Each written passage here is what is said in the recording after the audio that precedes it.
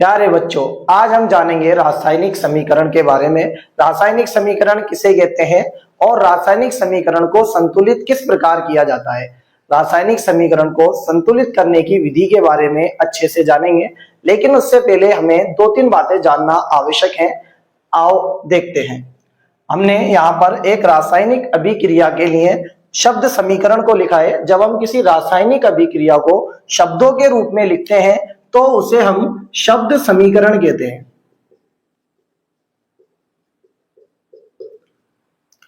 हमने मैग्नीशियम लिया, जिसका दहन कराया, मतलब ऑक्सीजन के साथ अभिक्रिया कराई, जिससे हमें मैग्नीशियम ऑक्साइड प्राप्त हुआ। इस प्रकार जब हम अभिक्रिया को प्रदर्शित करते हैं तो इसे हम शब्द समीकरण कहते हैं।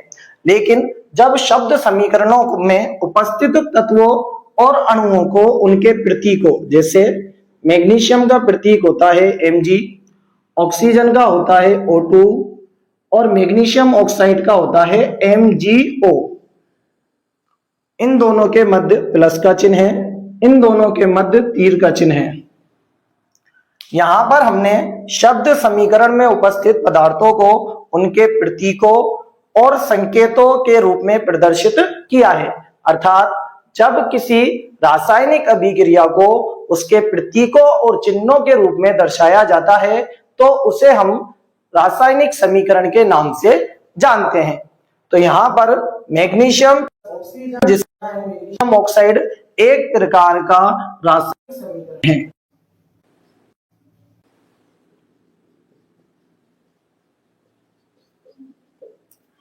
इसी प्रकार हमने पदार्थ लिया कार्बन, इसकी अभिक्रिया ऑक्सीजन से, और नया पदार्थ बना कार्बन डाइऑक्साइड।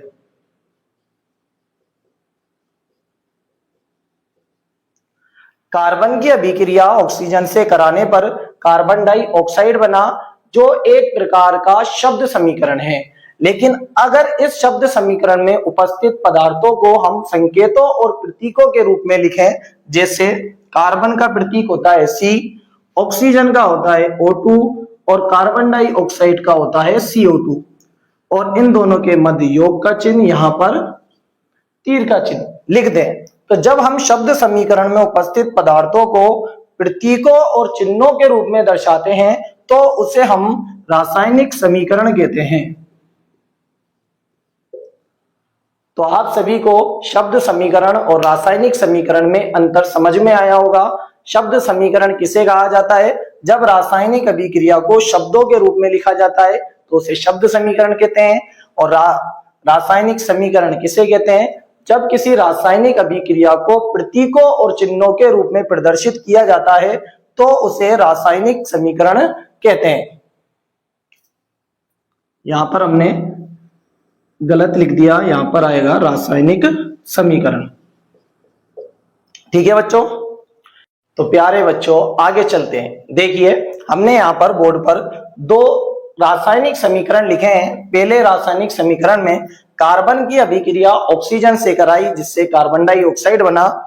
दूसरे समीकरण में मैग्नीशियम की अभिक्रिया ऑक्सीजन से कराई, जिससे मैग्नीशियम ऑक्साइड बना। यहां पर आपको एक बात जाननी है कि जो पदार्थ रासायनिक अभिक्रिया में भाग लेते हैं उन्हें हम अभिकारक या क्रियाकारक कहते हैं। अभिकारक या फिर क्रियाकारक कहते हैं। तो यहाँ पर कार्बन और ऑक्सीजन अभिक्रिया में भाग ले रहे हैं, इसलिए इन्हें हम अभिकारक भी कह सकते हैं और क्रियाकारक भी कह सकते हैं।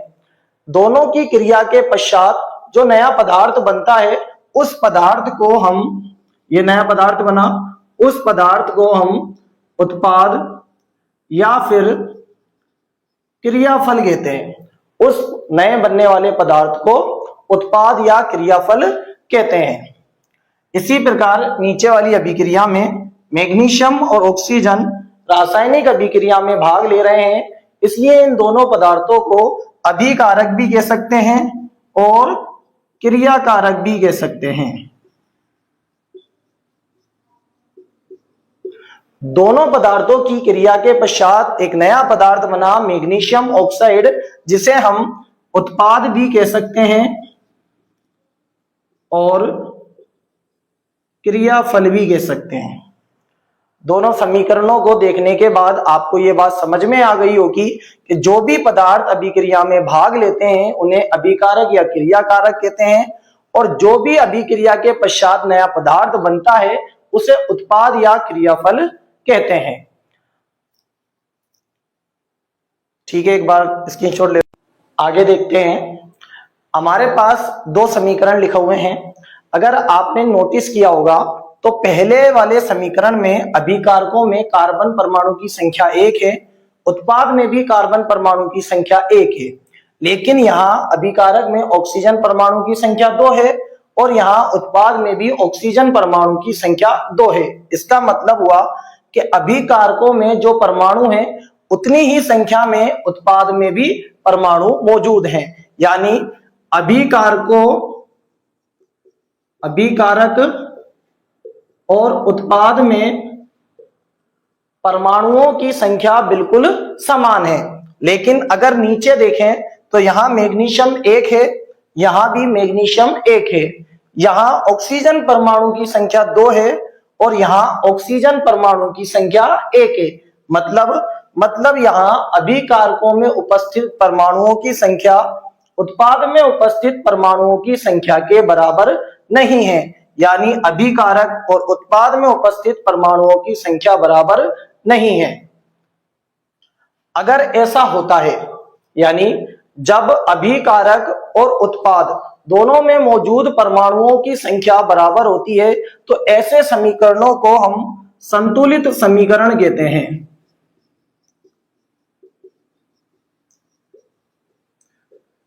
जब अभिकारक एवं उत्पादों में उपस्थित परमाणुओं की संख्या समान होती है तो उन्हें हम संतुलित समीकरण कहते हैं। लेकिन यदि अभिकारकों में उपस्थित परमाणुओं की संख्या उत्पाद में उपस्थित परमाणुओं की संख्या के समान नहीं होती है तो इन्हें हम असंतुलित समीकरण कहते हैं।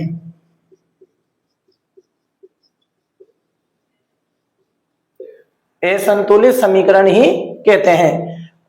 असंतुलित समीकरणों को एक अन्य नाम से भी जाना जाता है, इनको हम कंकाली या ढांचा समीकरण भी कहते हैं। इनको हम कंकाली या ढांचा समीकरण के नाम से भी जानते हैं। तो आपको बात समझ में आई होगी कि असंतुलित रासायनिक समीकरण ही कंकाली या ढांचा समीकरण कहलाते हैं। इन समीकरणों में अभिकारक में उपस्थित परमाणुओं की संख्या उत्पाद में उपस्थित परमाणुओं की संख्या के बराबर नहीं होती है। बच्चों, अगला हमारा टॉपिक है रासायनिक समीकरण को संतुलित करने की विधि। रासायनिक समीकरण को संतुलित करने की विधि का नाम है हिट एंड ट्रायल। रासायनिक समीकरण को संतुलित करने की विधि का नाम है हिट एंड ट्रायल विधि। इसे हिंदी में अनुमान विधि कहा जाता है। इसे हिंदी में अनुमान विधि कहा जाता है। प्यारे बच्चों, अब हम देखते हैं रासायनिक समीकरण को संतुलित करने के तरीके के बारे में। सबसे पहले हम आपके सामने एक दो एग्जाम्पल देंगे, आप उनसे धीरे धीरे सीखने का प्रयास करेंगे। देखिए, हम एक समीकरण लिख रहे हैं H2 प्लस Cl2, तीर का चिन्ह HCl। यहां पर अभिकारकों में हाइड्रोजन 2 है, उत्पाद में हाइड्रोजन परमाणु 1 है। यहां पर क्लोरीन परमाणु की संख्या 2 है, यहां क्लोरीन परमाणु की संख्या 1 है। यानी अभिकारकों में परमाणुओं की संख्या उत्पाद में परमाणुओं की संख्या के बराबर नहीं है।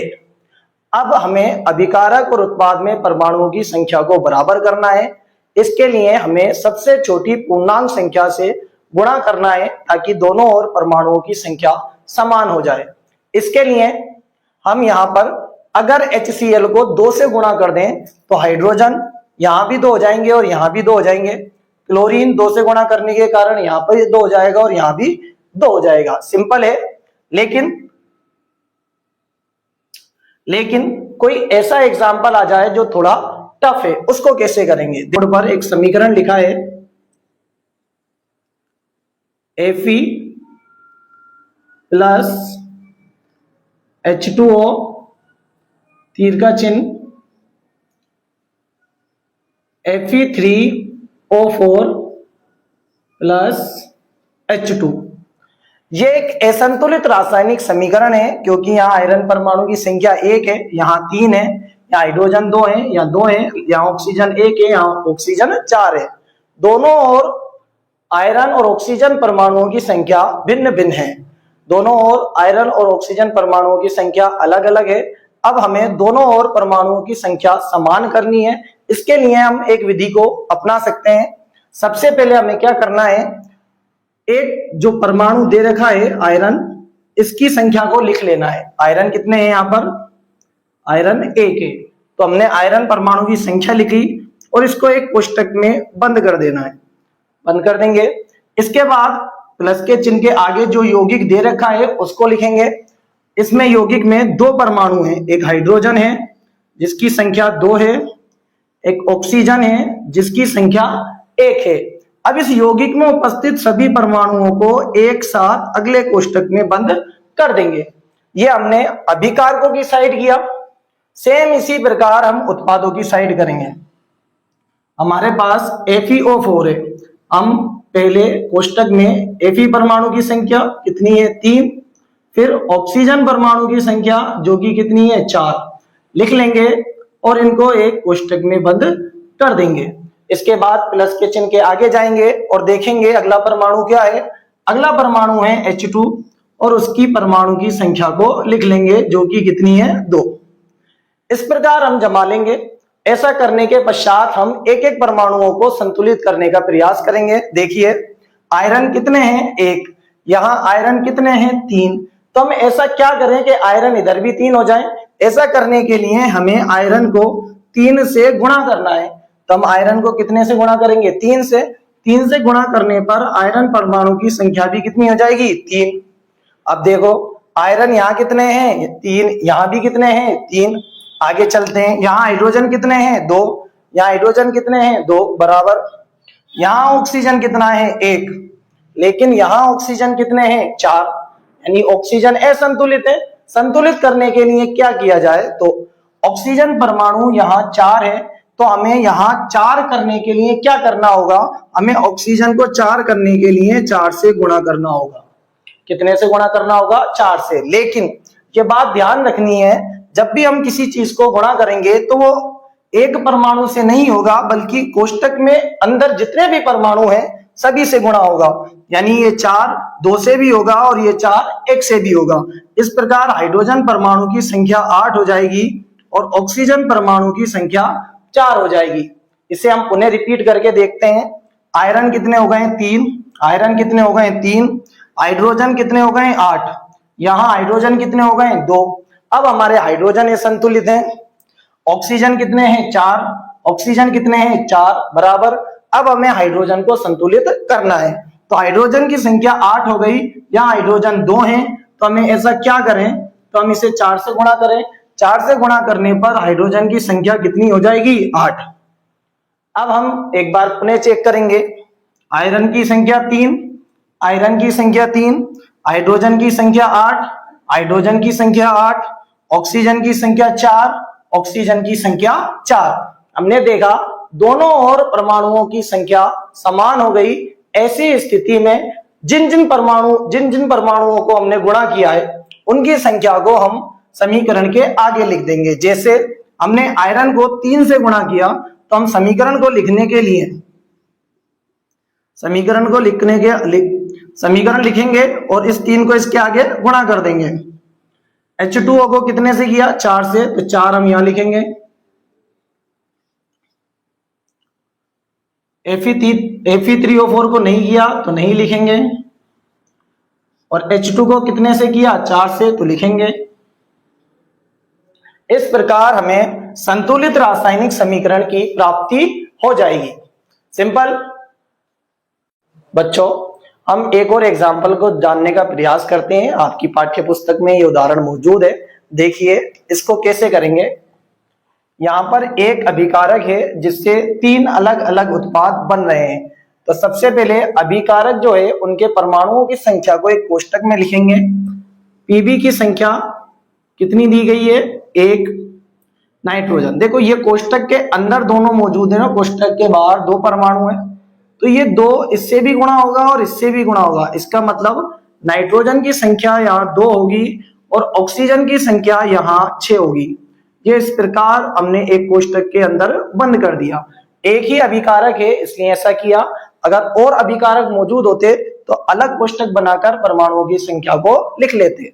अब हम उत्पाद की ओर चलते हैं। यहाँ पर पहले उत्पाद में पीबी की संख्या 1 है और ऑक्सीजन की संख्या भी 1 है। इन दोनों को हम कोष्टक में बंद कर देंगे। अगले परमाणु पर चलेंगे। प्लस के बाद जो है नाइट्रोजन कितने हैं, 1। ऑक्सीजन कितने हैं, 2। इनको भी हम कोष्टक में बंद कर देंगे। अगले परमाणु पर चलेंगे। ऑक्सीजन कितने हैं, 2। तो इस प्रकार हम लिख देंगे। अब हमें यहाँ पर एक बात ध्यान रखनी है, ऑक्सीजन परमाणु तीनों ही यौगिकों में मौजूद है। यहाँ ऑक्सीजन है, यहाँ ऑक्सीजन है और यहाँ भी ऑक्सीजन है। जिस यौगिक में ऑक्सीजन विषम संख्या में मौजूद है पहले उसे सम संख्या में करा जाता है। यानी यहाँ पर ऑक्सीजन परमाणु 1 है तो इसको सम करने के लिए हमें 2 से गुणा करना है। 2 से गुणा करने पर पीबी की संख्या 2 हो जाएगी और ऑक्सीजन की संख्या भी 2 हो जाएगी। जब ऐसा हो जाए उसके बाद आप समीकरण को संतुलित कर सकते हैं। देखिए पीबी कितना है, 1, यहाँ पीबी कितना हो गया, 2, तो इसको 2 से गुणा कर दो। 2 से गुणा करने के कारण पीबी की संख्या हो गई 2, नाइट्रोजन की संख्या हो गई 4 और ऑक्सीजन की संख्या हो गई 12। तो यहां तक क्लियर। आगे देखो पीबी के बाद है नाइट्रोजन कितने हैं, यहाँ 4, लेकिन यहाँ नाइट्रोजन कितने हैं, 1, तो हम इस कितने से गुणा करेंगे, 4 से। तो नाइट्रोजन कितने हो जाएंगे, 4, साथ में ऑक्सीजन कितने हो जाएंगे, 8। अब शुरू से देखते हैं एक बार। पीबी 2, नाइट्रोजन 4, ऑक्सीजन टोटल 12 है अभिकारक में। यहाँ ऑक्सीजन देखो 2 और 8 10, 2 12, ऑक्सीजन 12। तो हमारा समीकरण संतुलित है। आशा है कि आपको बातें समझ में आ गई होंगी, नहीं आई तो भी कोई बात नहीं, दोबारा बता देंगे।